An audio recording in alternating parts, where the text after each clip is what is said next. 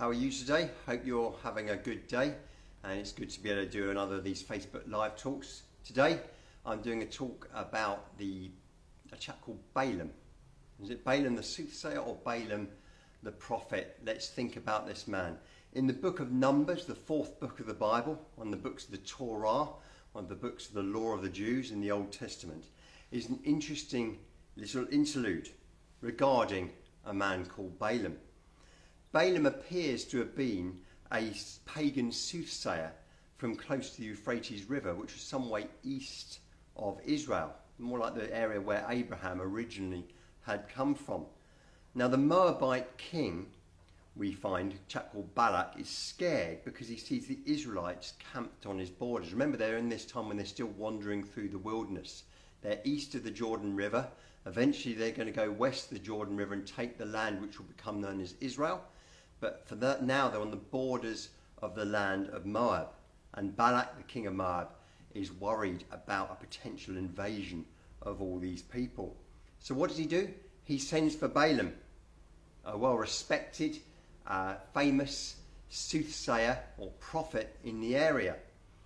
And he wants Balaam to come and invoke a curse on Israel, that Moab might be protected.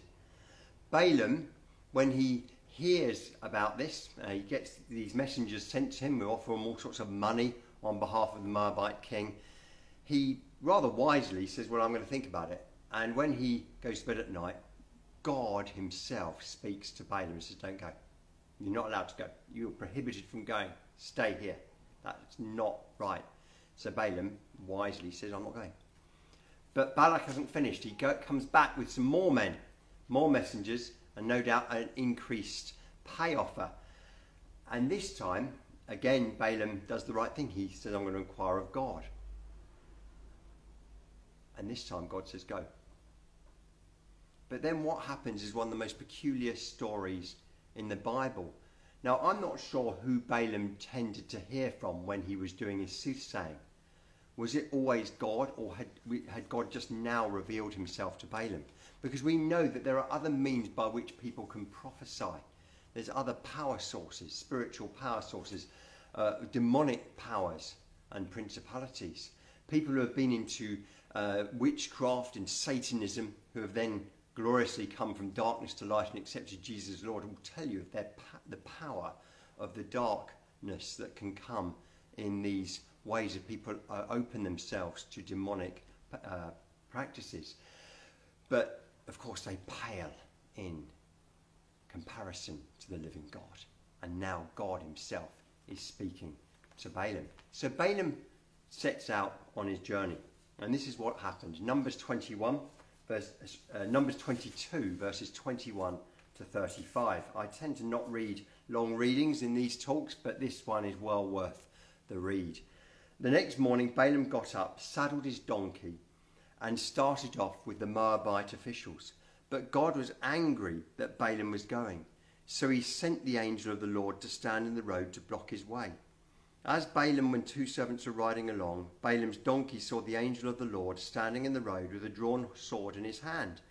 The donkey bolted off the road into a field, but Balaam beat it and turned it back onto the road. Then the angel of the Lord stood at a place where the road narrowed between two vineyard walls. When the donkey saw the angel of the Lord, it tried to squeeze by and crushed Balaam's foot against the wall. So Balaam beat the donkey again. Then the angel of the Lord moved farther down the road and stood in a place too narrow for the donkey to get by at all. This time when the donkey saw the angel, it lay down under Balaam. In a fit of rage, Balaam beat the animal again with his staff. Then the Lord gave the donkey the ability to speak. What have I done to you that deserves your beating me 3 times? It asked Balaam.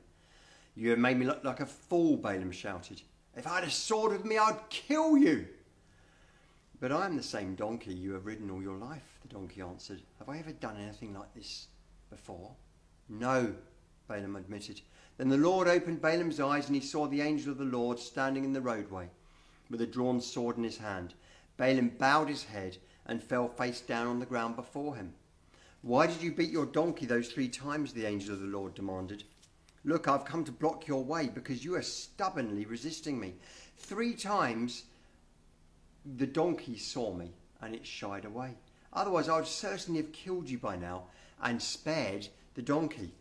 Then Balaam confessed to the angel of the Lord, I have sinned. I did not realize you were standing in the road to block my way. I'll return home if you're against my going.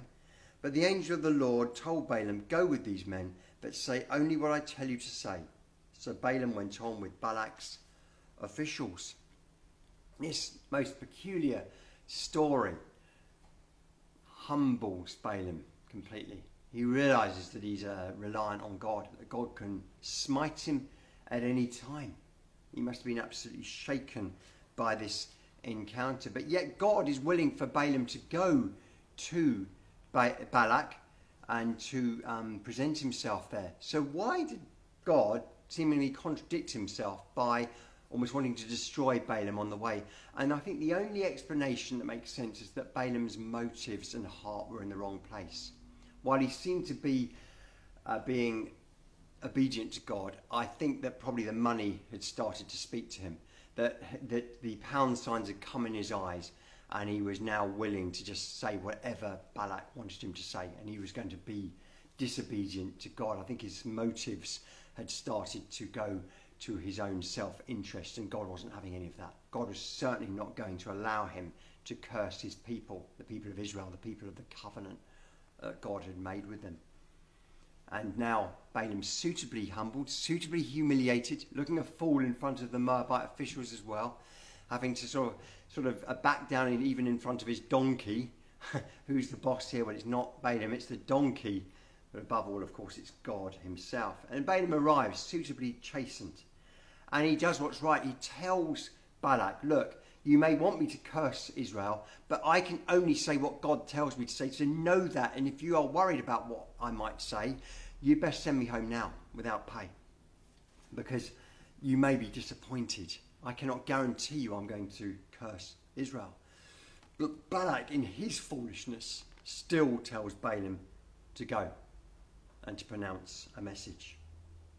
And of course, 3 times Balaam ends up blessing the Israelites and cursing the Moabites. Even after one blessing of the Israelites, Balak still doesn't give up. 3 times the opposite happens from what he intended. And of course, the king flies into a rage.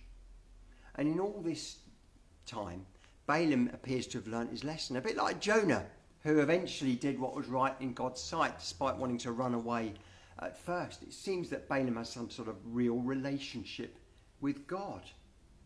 He's learnt his lesson.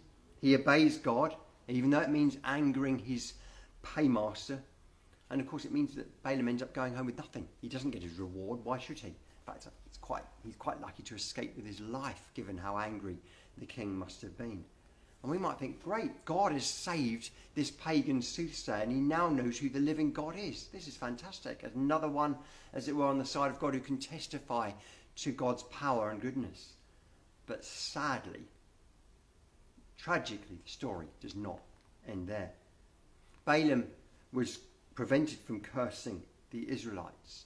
But Numbers goes on to detail how the Moabites later on tricked the Israelites into idolatry by using their women to seduce the Israelite men.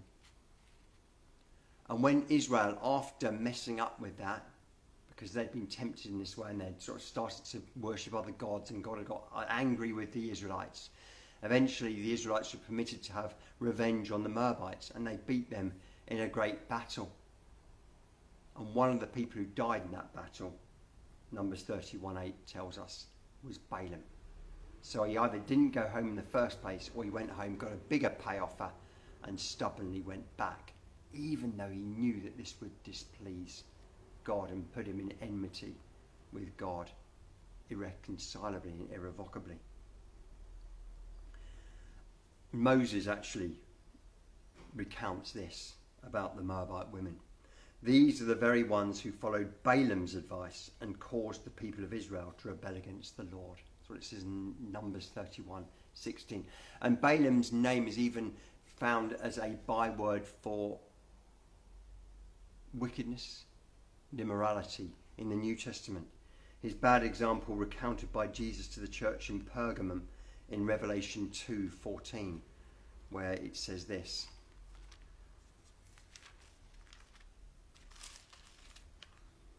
But I have a few complaints against you. You tolerate some among you whose teaching is like that of Balaam, who showed Balak how to trip up the people of Israel. He taught them to sin by eating food offered to idols and by committing sexual sin. So Balaam, at the end of the day, was opposed to the will of God, even though he'd had this great encounter with him. He knew that God intended to bless the people of God, yet he still acted against Israel and ultimately went against God himself. Think of the power of this. A donkey has spoken to you. That's not normal. In fact, it's the only account of an animal being permitted to speak, and speak no less God's words, to its owner, to a human being. You know, if an animal was to speak to us today, forget these silly Hollywood films where animals speak, they're just nonsense. But if an animal was actually to open its mouth and start talking to you, you'd probably faint. It just isn't normal. That miraculous thing happened. Balaam heard the very voice of God continually over a few days, not just once. And yet, what does he do? Despite him receiving great revelation from God, he turned his back on him. He went back to his old ways as a pagan soothsayer, into just being a rent-a-prophet for a prophet, the other sort of prophet. He had tasted the goodness of God and the power of God, but yet he rejected it and decided to be a stumbling block to God and the people of Israel. And this reminds me of this tragic story, that there are people who, despite knowing God, experiencing his grace and power in their lives, will choose in any case to reject him. To Balaam can be added many of the Pharisees and priests of Jesus' time. King Saul, the first king of Israel. Judas Iscariot, one of Jesus' disciples. And sadly, plenty of people in our present time. And we even read and see the evidence of Christian leaders who have had great ministries falling away in immorality, but even eventually some of them in denying completely their faith. They've tasted God's goodness, and yet they've chosen to reject it. That's tragic. We can only but pray for such people, but trust in the end that the Lord will do what is right and what is just. Some will choose to oppose God, come what may. We can pray that they might be changed back, but ultimately that's their decision to make. And we have to trust that God will do what is right, will do what is just. And let's, as we've been thinking in our church about the armour of God, let's resolve ourselves to stand firm, to not fall away, to not give in to temptation or to give up through disillusionment, disappointment, fear, panic, regret, bitterness, anger, upset, apathy. Let's resolve to keep truth on us, keep righteousness, remember God's salvation in the helmet, trust in his gospel, put on faith, and remember and know him more and more through his word. Let's resolve to do that, that we may stand strong, that we may not fall, but glorify his name all through our lives, and we'll move gloriously with him in his presence forever. Amen. Have a great day. God bless you all.